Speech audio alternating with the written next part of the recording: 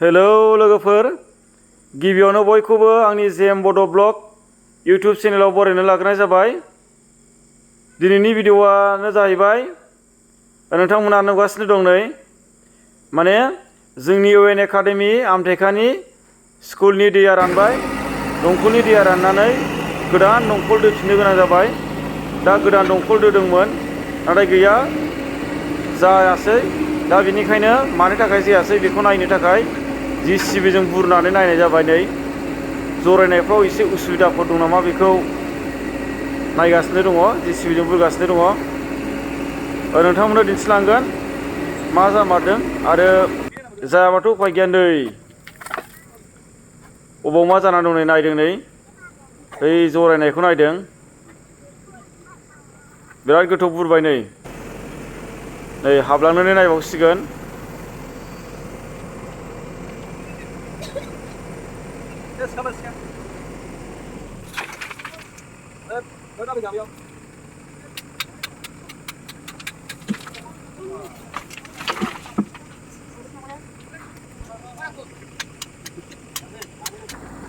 दा नै बुखुनो नायसिगोन, बे बबेबा जरायनायाव माबाफोर ट्रेकफोरा एसे लिकफोर जादों नामा बेखौ नायसिगोन। नै JCB जों बुखुसिगोन बे दुरुं खानानै, नैबेयाव दुरुं खासिगोन। नै दुरुं खानानै बुखुनो नायसिगोन। माथो खालामनो, दै नङाबानो जाया, उफाय गैया, बानायनांगोन।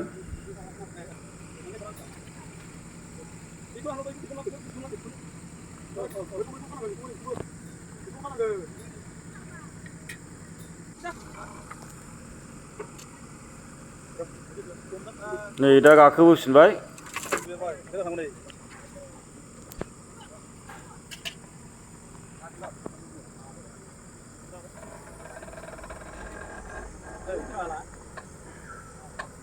नै JCB जों बुखुथारबाय। नै नायनोसै माबायदि जाना दंमारथारो, सिङाव मा जामारथारदों। नै देमजोबलायबाय, पाइपआनो देमजोबबाय। नै दा जायासै, नै गोदानसो दोनांसिगोन, उफाय गैला, माथो खालामबावनो। JCB जों फबफिनजोबनो गोनां जाबाय। नै हाखरखौ फबफिनजोबनांसिगोन, उफाय गैला, लस जाबाय, माथो खालामबावनो, उफाय गैया। फबनानै बाहाय दा गोदान दोफिननांसिगोन आरो उफाय गैला। नै दा जगार खालामगासिनो दङ गोदान दोनो थाखाय, बानायगासिनो। नै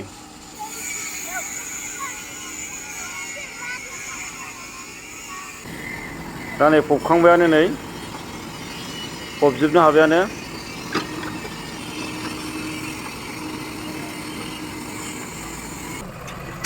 दा नै फबखानानै JCB आ थांफिनसिगोन। बेवहाय ड्रेन दङ, बेसेबा गोथौ हाखर, होमब्लाबो बेजोंबाबो उफाय गैया। नै थांनांसिगोन। JCB हायै जेबो गैया, हायो, हाखर गोथौ गोथौजोंबाबो थांनो हाजोबो, गासिजोंबो हाजोबो।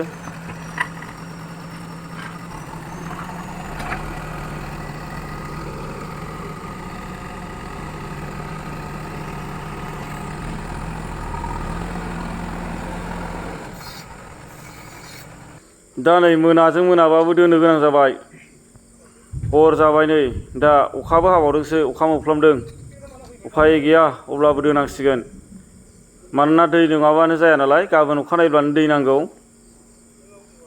मानसिनि गुदि गोनांथियानो जाहैबाय दै, जानाय आदार आरो थाग्रा न'।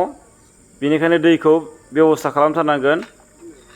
आरो बे मोनसे स्कुल नालाय, बेहाय दैनि गोबां गोनांथि जायो। हस्टेलाव गोबां गथ'फोर थायो, बेनिखायनो हरजों हरबाबो दोना होनांगोन। गाबोन अखानायबानो मोखां सुनाय, दुगैनाय बायदि रोखोमाव गोनांथि जागोन। माला हायो दिन्थिलांगोन नोंथांमोना नायलांबाय थाल' भिडिअखौल', बेसे गोबाव लायो नायनोसै। दा नै मोनसे दोखांबायानो, दा बाहाय नल मोनसे दोहरखांबाय, 20 फुट नल दोहरखांबाय। दा नै बेखौ हास'बाय। नै ट्रेक बानायनांगौ नालाय, ट्रेक बानायसिगोन, गोदान ट्रेक बानायनानै आरो मोनसे 10 फुटसो नल सोदेरबावसिगोन आरो बाहाय नल सोदेरबावबानो जासिगोन। आरो 10 फुटसो सोदेरबाबानो आरामसे जथेस्थ' जासिगोन ना नै जरायबायानो 10 फुट नल जरायबावबाय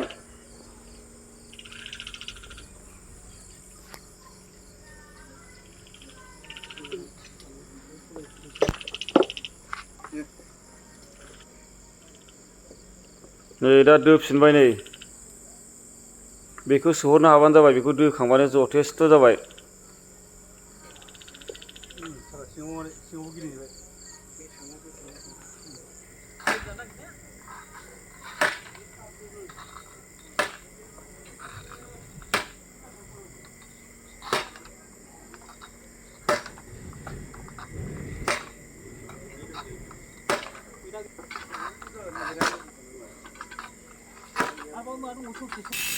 ओइ हाबायानो नै दोखांजोब्बाय दा बाहाय बै नलखौ ट्रेक बानायनानै बाहाय दंखलखौ सोसिन आरो एबाराव नै ट्रेक बानायबाय नै ट्रेक बानायगासिनो नै ट्रेकखौ माबायदि बानायनायना लादो नै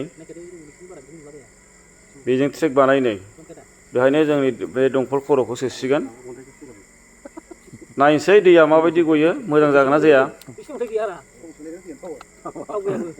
जानायालाय जानांसिगौमोन गासै 30 फुट दोहरबाय नालाय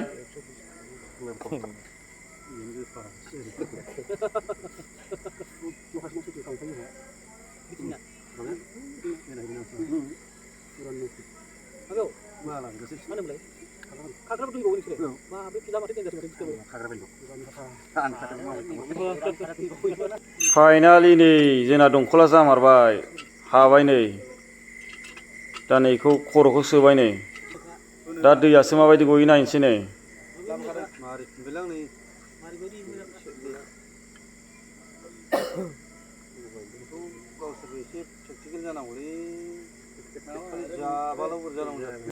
ओइ जामारबाय नै बिराद मोजां दै गबायलै नै जाबाय जोबथारनायाव जामारबाय नाजायोबा जाफुंसार होननाय बायदि जामारबाय हरनि 11:30 जाबाय दा अब्लाबो दोनथ'वाखै गोनांथार जानानै दं नालाय बेखायनो हरजों हरबाबो दा मावनानै जाफुंमारबाय नै नाजायोबा जाफुंमारो उफाय गैया खालामथारनांगोन ना जोबथारनांगोन खामानिया जोबनांगोन साननिफ्रायनो जेरावनाखि 100% लादों नङा होमबा जोङो मोननै एग्जाम जोङो फेल जाबाय होमब्लाबो दिनैनि थारिखआव जों दिनै सुफुंबाय नङा होमबा एकदम जों जेनाखै मोननै फरिखा जेनदोंब्लाबो नैबे फरिखायाव लास्ट फरिखा जोङो देरहानानै थांगासिनो दङ जोब्बा जों दा नारगासिनो दङ दैया गगासिनो दङ नङा होमबा फाइनाल फरिखायाव देरहाबाय फाइनाल बेनो